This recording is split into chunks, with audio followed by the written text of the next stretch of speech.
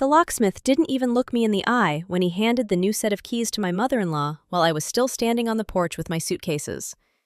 My husband, David, stood behind her, staring at his shoes, refusing to acknowledge that he had just signed away the deed to my sanity for a promise of a life I had already secretly provided for us. I had spent 3 weeks pretending we were broke to see if his, for better or for worse, was more than just a wedding script. But the mask didn't just slip, it shattered, revealing a man who had already invited a ghost into our home to replace me. I was a multimillionaire, and yet, in that moment, standing in the rain, I had never felt more like a beggar. Before the world turned cold, my life was a tapestry of warm sunlight and the scent of expensive cedarwood. David and I lived in a charming, albeit slightly cramped, 2-bedroom apartment in the city.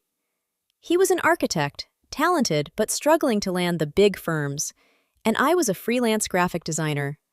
For 5 years, I believed we were the perfect team.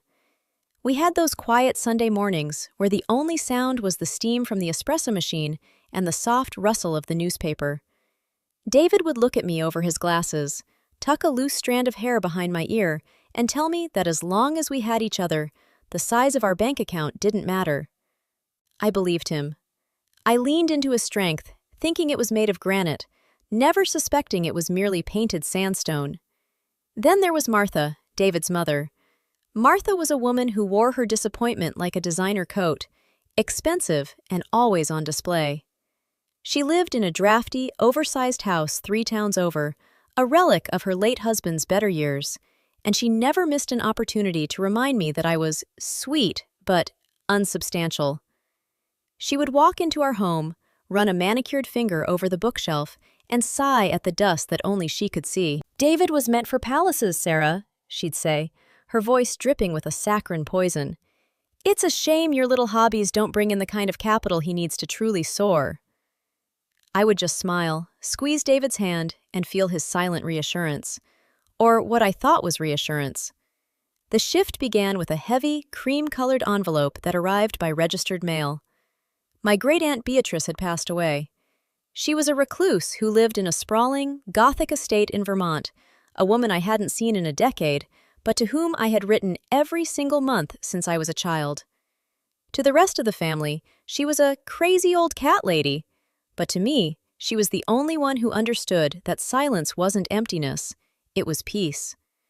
When the lawyer called me into his mahogany-paneled office, my breath hitched. Beatrice hadn't just left me a few trinkets, she had left me everything. $7 million in liquid assets, a diverse stock portfolio, and the Vermont estate. I sat in that plush leather chair, the air in the room suddenly feeling too thin to breathe. I was rich. Not just new car rich, but change the course of my lineage rich. But as I drove home, a cold, tiny knot of anxiety began to tighten in my chest. A week prior, Martha had been whispering in David's ear about a lucrative investment opportunity that required a $100,000 buy-in, money we didn't have. David had been unusually moody, snapping at me over the price of groceries. I wanted to tell him the news, to scream it from the balcony, but a dark, cynical part of me, perhaps a gift from Beatrice, whispered, "Wait, see who he is when there is nothing to gain." The next evening, I sat David down at our small kitchen table. I had dimmed the lights, pretending to be distraught. I told him a half-truth that felt like a test of fire. "The lawyer called, David," I started, my voice trembling naturally from the weight of the secret. "Aunt Beatrice, she didn't have much left. The estate is buried in debt, taxes, and legal liens. There's no money. In fact, the only thing I inherited was the responsibility for her sister, my great-grandmother Margaret." David's face, which had been bright with a desperate, hungry hope when I mentioned the lawyer, visibly deflated.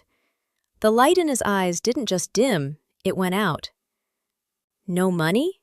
he whispered, his hands dropping from mine as if my skin had suddenly turned to ice. "But everyone said she was a hoarder. Everyone said she was loaded." "It was an illusion, David," I lied, watching him closely. "And it gets harder. Margaret is 92, and she's lost her home to the bank. She has nowhere to go. She needs to move in with us. Into the guest room. I'm her only living relative who will take her." The silence that followed was heavy, suffocating. David didn't reach out to comfort me. He didn't say, "We'll make it work." He just stared at the salt shaker, his jaw tight. "Our guest room?" he finally asked, his voice flat. "That's my office, Sarah. That's where I'm designing the proposal for the Sterling account. You want to put a dying old woman in the middle of my career?" "She's family, David," I said, feeling the first real crack in my heart. "She's a burden we can't afford," he snapped, standing up so abruptly his chair scraped harshly against the floor. He walked out of the room without looking back, leaving me in the dark with my millions and a growing sense of dread. Over the next few days, the atmosphere in our apartment changed. The cozy warmth was replaced by a sterile, biting chill. David stopped talking about our future and started spending hours on the phone with his mother, his voice a low, frantic murmur behind the closed door of his office. He became obsessed with logistics, asking me repeatedly if I had signed any papers yet, if there was absolutely nothing left from the estate. I kept up the ruse, telling him the debt collectors were being aggressive. I wanted him to be my partner. I wanted him to hold my hand and tell me we'd survive on ramen and love if we had to. Instead, he started smelling like his mother's expensive, cloying perfume, and he wouldn't look me in the eye. He was a man mourning a fortune he never even had, and in his grief, he was starting to look at me like I was the person who had robbed him.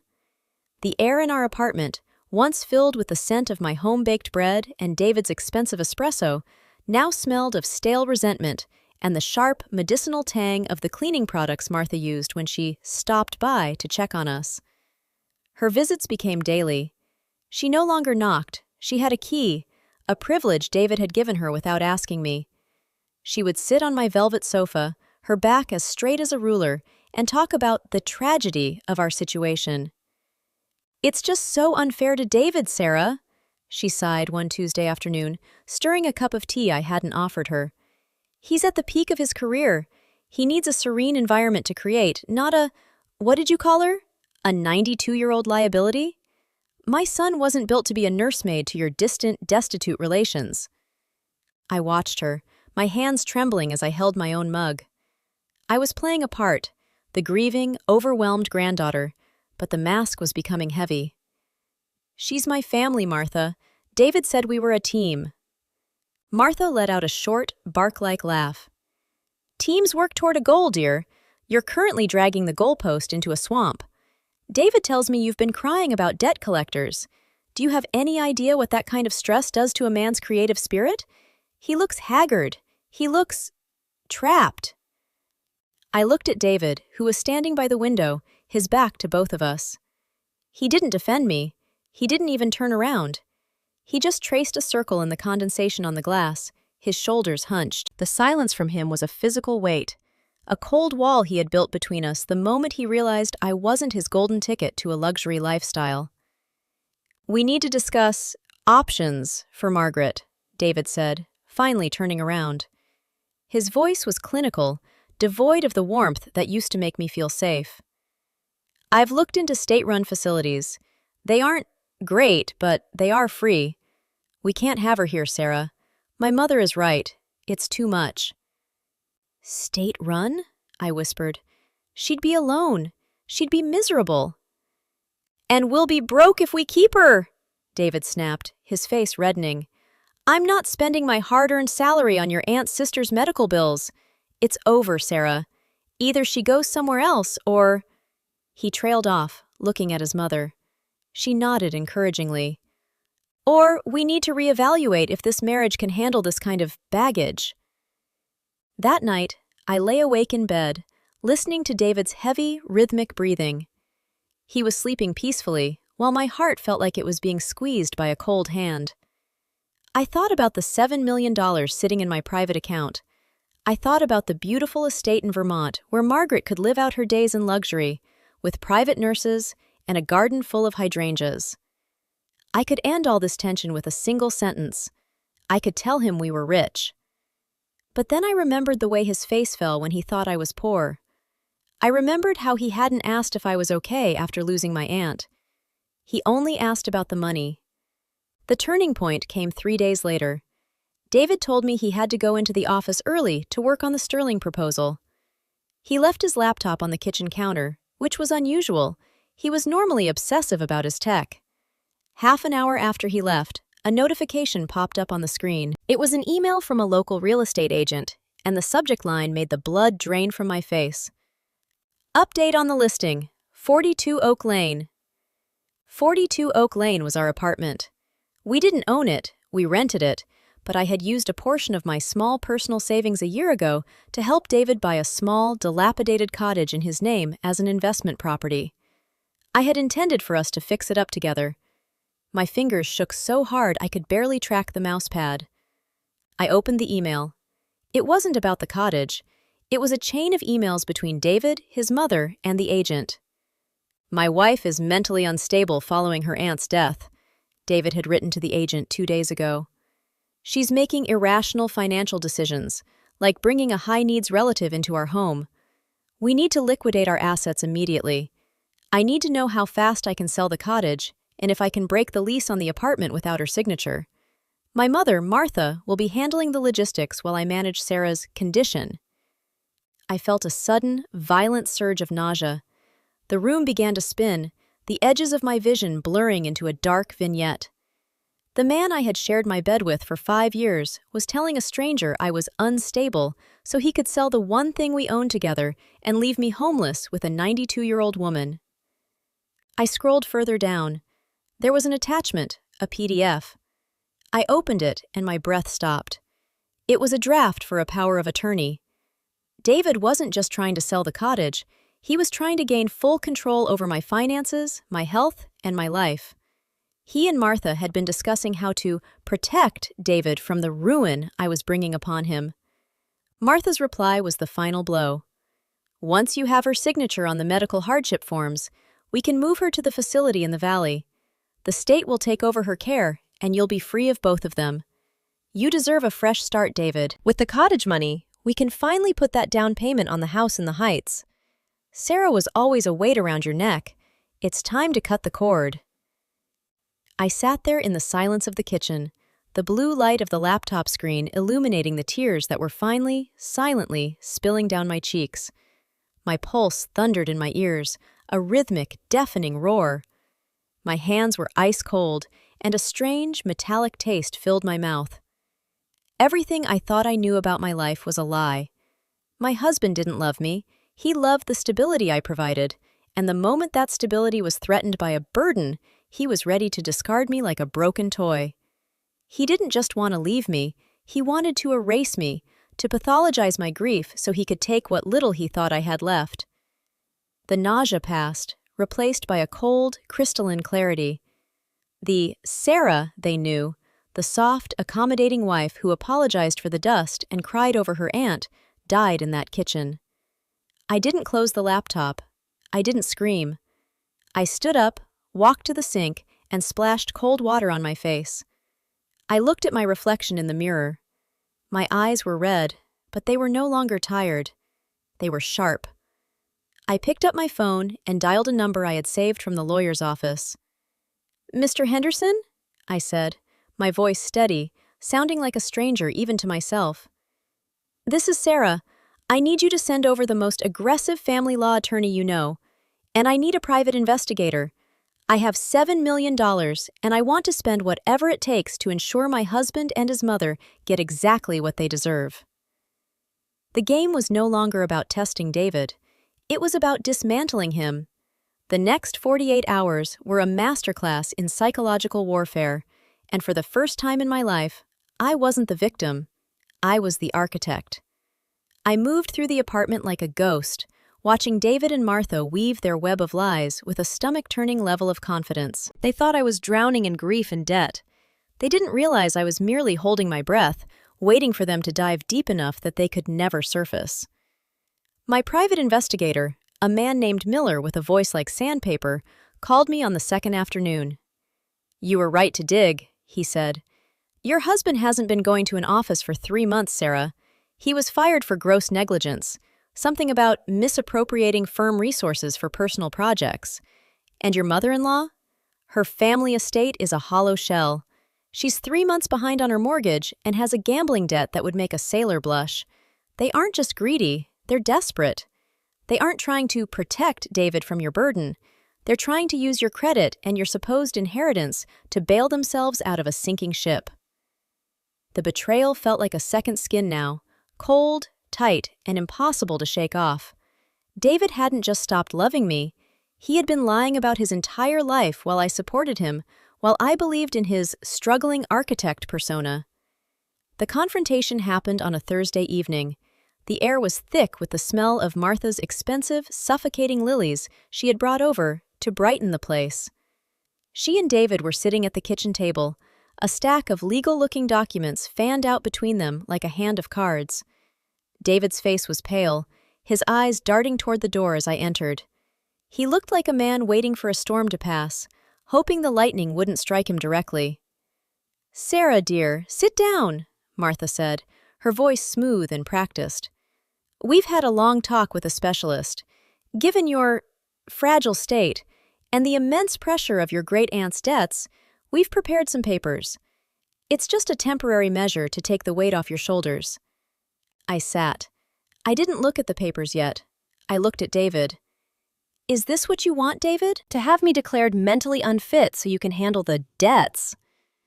David flinched, his fingers twitching on the table. He didn't look up. He didn't say a word. He just stared at a knot in the wood of the table, his silence a deafening confession of his cowardice. This was the man I had promised to grow old with, a man who couldn't even meet my gaze while his mother tried to sign away my personhood. "It's for the best, Sarah," Martha interjected, her tone sharpening. "We know about the calls from the debt collectors. We know you're overwhelmed. Signing these medical hardship forms will allow us to place Margaret in a proper facility, at no cost to you, and David can manage the sale of the cottage to settle your accounts. We're saving you." "Saving me?" I whispered, the word tasting like ash. "Or saving your mortgage, Martha? And what about David's office? How is the Sterling proposal coming along? The one at the firm that fired you 3 months ago?" The silence that followed was absolute. David's head snapped up, his face draining of what little color it had left. Martha's smug smile didn't just slip, it vanished, her features hardening into a mask of pure, unadulterated venom. "What did you say?" David stammered, his voice cracking. "I know you lost your job, David. I know you've been spending your days at the library or the park, pretending to be an architect while I paid for your lunch. And I know about the gambling debts in the valley, Martha. I know you've been pressuring your son to find a way to get into my bank account because you're about to lose your house." Martha slammed her hand on the table, the tea in her cup slopping over the edge. "You ungrateful little girl! After everything David has done for you, supporting your freelance nonsense while you brought nothing but misery and poor relatives into this family?" "David hasn't supported anything but his own ego," I said, my voice rising for the first time, not in a scream, but in a cold, sharp blade of sound. "And as for the medical hardship, there is no debt. There are no collectors. I made it all up to see if you'd stay when things got hard. And you didn't just leave, David. You tried to bury me alive." Then came the first of the additional twists that evening. Martha leaned forward, her eyes narrow and predatory. "It doesn't matter what you know, Sarah. You've already signed the preliminary intent forms for the power of attorney. I took them from your desk yesterday while you were napping. I have a notary who owes me a favor. As far as the state is concerned, you've already admitted you can't handle your affairs. We'll have you in a psych ward for evaluation by morning if you don't cooperate." My heart did a slow, heavy roll in my chest. She had forged my signature. She was willing to go to prison just to get her hands on what she thought was left of my life. "And there's more," David added, his voice regaining a pathetic sort of bravado now that his mother had taken the lead. "I've already redirected our joint tax returns and the insurance payout from your car accident last year to a new account. You have nothing, Sarah. No money, no credit, and soon, no home. Just sign the papers and we'll make sure Margaret gets a decent room in the state home. Don't make this harder than it has to be." I felt the physical sensation of the world tilting. The car accident payout? He had intercepted the check? That was $20,000 he had stolen right from under my nose while I was still in physical therapy. "You stole from me," I said, the realization hitting me with the force of a physical blow. "While I was learning to walk again, you were rerouting my money." David looked away again, the momentary bravado vanishing. Martha didn't blink. "It was family money, dear, and we are the only family you have left. Now, sign the rest of these, or we call the police to report a mental health crisis in progress. We have the proof of your instability right here." She tapped the forged documents. I looked at them both, the woman who was a monster and the man who was her shadow. My hands were no longer shaking. A strange, icy calm settled over me. They thought they had trapped a mouse, but they hadn't realized I was the one who had built the cage. "You want me to sign?" I asked, picking up the pen. "You want the money you think is waiting in Beatrice's estate?" "Every cent," Martha hissed. "Fine," I said. I leaned over and, instead of signing the power of attorney, I wrote 3 words in large, bold letters across the front page. "See you in court." I stood up, pulling a small digital voice recorder from my pocket and placing it on the table. It had been recording since I walked into the room. "Everything you just said, the forgery, the theft, the plan to institutionalize me for money, it's all on here," I said, my voice as steady as a surgeon's hand. "And my lawyer, Mr. Henderson, is currently filing for a restraining order and a full audit of every account you've touched. You thought I was a burden? You're about to find out exactly how much a fragile woman with $7 million can cost you." The look on Martha's face was worth every cent of Beatrice's fortune. But it was David's expression, the realization that he had just traded a multi-millionaire wife for a prison sentence and a bankrupt mother, that finally broke the last string of love I held for him. "7 million?" David whispered, his eyes bulging. "Get out," I said. "Both of you. Now." Before the police I called 10 minutes ago arrived to discuss that forged signature. The silence that followed my revelation was so thick it felt like I was breathing through wool. David's mouth hung open, his eyes darting from the recorder on the table to my face, searching for a sign that I was joking. But there was no laughter left in me. There was only a cold, crystalline stillness. I felt a click deep within my chest, the sound of a lock turning. For years, I had been the person who smoothed over the edges, who apologized for things I didn't do, who tried to be the glue holding together a relationship that was mostly made of sand. That woman was gone. In her place was someone who knew exactly how much her silence was worth, and she was done giving it away for free. "Sarah, honey, let's sit back down," David said, his voice now a frantic, high-pitched warble. He actually reached out to touch my arm, but I stepped back as if his hand were a hot coal. "7 million? You're joking, right? Why didn't you tell me? We could have done so much. I wouldn't have been so stressed about the job. You didn't want a wife, David," I interrupted, my voice sounding like a gavel hitting a block. "You wanted a scholarship, and unfortunately for you, you just failed the final exam." Martha, however, wasn't going down without a fight. Her desperation had turned into a frantic, cornered animal kind of rage. She lunged for the digital recorder on the table, her manicured nails scratching against the wood. I was faster. I snatched it up and slipped it into my pocket, watching as she nearly toppled over the chair. "You're a liar!" she screamed, her face mottled with red blotches. "You set us up! That's entrapment! You can't use that! David, do something!" David didn't do anything. He looked like he was about to be sick. The sound of heavy footsteps echoed in the hallway, followed by a firm, rhythmic knock on the door. I walked past them both, my heart beating with a steady, powerful rhythm. I opened the door to find 2 police officers and Mr. Henderson, my lawyer, who was holding a thick manila folder. "Officer, this woman has admitted to forging my signature on legal documents with the intent to institutionalize me," I said, pointing to Martha. "And my husband has admitted to misappropriating $20,000 of my personal funds. I have the recordings and the forensic audit of our joint accounts right here." The next hour was a blur of blue lights and shattered dignity. Martha tried to claim she was the victim, that I was suffering a breakdown, but when Mr. Henderson produced the original, unnotarized documents he had recovered from her bag earlier that afternoon, thanks to a very well-timed maintenance check by the building manager, her story collapsed. She was led out in handcuffs, her screams of, "Ungrateful brat!" echoing down the stairwell until they were silenced by the closing of the patrol car door. David was left standing in the middle of our living room, which now felt like a crime scene. He looked at me, his eyes wet and pleading. "Sarah, please. I was just scared. My mother, she put ideas in my head. I didn't mean any of it. I love you." I looked at him, really looked at him, and wondered how I had ever seen strength in those eyes. "You didn't just listen to her, David. You typed the emails. You contacted the real estate agent. You watched me cry over a fake debt while you planned how to spend the money you thought I didn't have. You don't love me. You love the life you thought you could steal from me."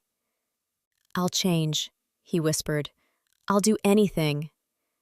"You'll start by signing the divorce papers," I said, as Mr. Henderson stepped forward and placed them on the table. "And then you'll leave. The locks are already being changed. Your things will be at your mother's house, the one the bank is seizing next week, by tomorrow morning." The legal battle that followed was swift and surgical. With the evidence of forgery and theft, the divorce was granted on the grounds of extreme mental cruelty and financial fraud. Martha took a plea deal, 3 years of probation and heavy fines that effectively wiped out whatever remained of her dignity.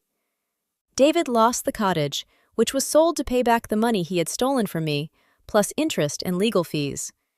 He ended up moving into a studio apartment above a noisy laundromat, working a junior drafting job for a firm that specialized in parking garages.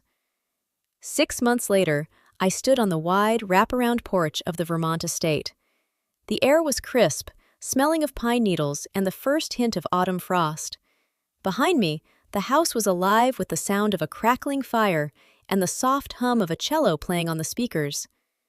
Great-grandmother Margaret was settled in the sunroom, tucked under a handmade quilt, watching the birds at the feeder I'd installed for her.